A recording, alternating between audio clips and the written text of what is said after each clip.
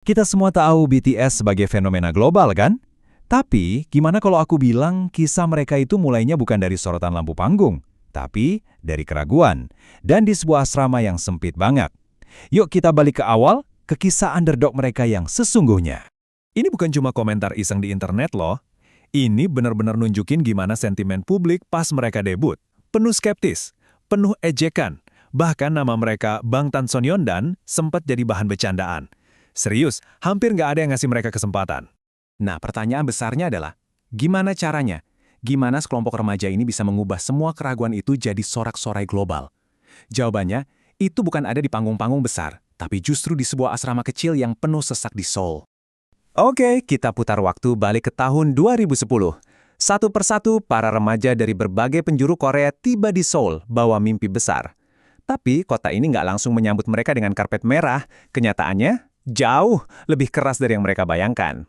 Coba deh bayangin perasaan itu. Malam Natal, waktu semua orang lagi kumpul sama keluarga, seorang remaja sendirian di kota yang asing dan rasanya takut banget. Inilah titik nol perjalanan mereka. Bukan glamor, sama sekali bukan. Tapi rasa terisolasi dan ketidakpastian. Dan sambutan pertamanya di rumah baru, malah nemu Suga cuma pakai celana dalam. Ya, inilah realita mereka. Lupakan apartemen mewah, yang ada cuma asrama kecil dan berantakan. Momen canggung kayak gini justru yang nunjukin betapa sederhananya awal mula mereka. Coba kita lihat deh trio pertama ini. Ada RM, si jenius rap. Terus Yuga, musisi yang udah berpengalaman dari dunia underground. Dan J-Hope, penari jalanan yang jago banget tapi harus belajar nge-rap dari nol. Tiga dunia yang beda banget tapi disatuin buat ngebangun fondasi hip-hop yang kokoh. Asrama sempit itu, jadi semacam laboratorium mereka. Sarang rapnya mereka, siang atau malam, disitulah mereka nulis lirik, adu rap, dan saling ngajarin tentang budaya hip-hop.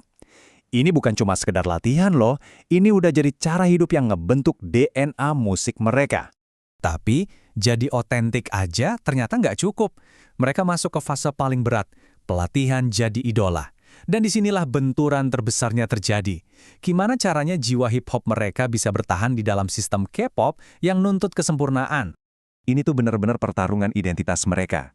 Di satu sisi, ada dunia hip-hop yang mereka cinta banget, individual, apa adanya, dan bebas.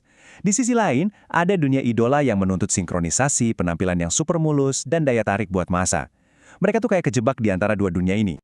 Akibatnya, mereka jadi kayak menjalani dua kehidupan. Malam hari di asrama, mereka adalah rapper sejati. Siang hari di ruang latihan, mereka adalah calon idola. Otentisitas lawan kesempurnaan. Setiap hari isinya tarik ulur antara dua identitas ini. Nah, untuk ngerti seberapa besar tekanannya, kita harus paham konsep Kalgunmo. Ini bukan cuma nari bareng ya, bayangin 7 orang bergerak kayak satu mesin, di mana setiap gerakan, bahkan setiap sudut jari harus sama persis. Ini standar presisi yang gila, hampir mustahil buat dicapai. 12 jam.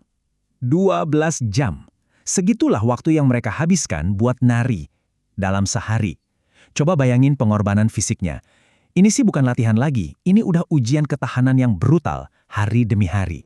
Dan seolah-olah latihan fisik seberat itu belum cukup, ada kecemasan lain yang menghantui mereka. Perusahaan kecil mereka ada di ambang kebangkrutan. Jadi setiap hari mereka latihan sambil mikir, besok kita masih bakal ada di sini nggak ya? Dan akhirnya setelah bertahun-tahun berjuang, garis finishnya kelihatan, panggung debut. Tapi ini bukan akhir yang mulus, justru rintangan terakhir adalah yang paling berat. 29 kali. Sebanyak itulah RM, leader dan penulis lirik utama mereka harus merevisi rap untuk lagu debut. Ini bukan cuma soal lirik, ini tentang mendefinisikan siapa mereka sebenarnya. Tekanan kreatifnya sama brutalnya kayak latihan fisik mereka. Dan ini hitungan mundur terakhirnya. Mereka mulai berinteraksi sama segelintir fans lewat blog.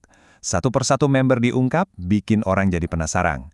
Terus di menit-menit terakhir, mereka ngenalin senjata rahasia mereka, V. Sebelum akhirnya hari itu tiba. Tapi panggung debut itu, nyaris jadi bencana.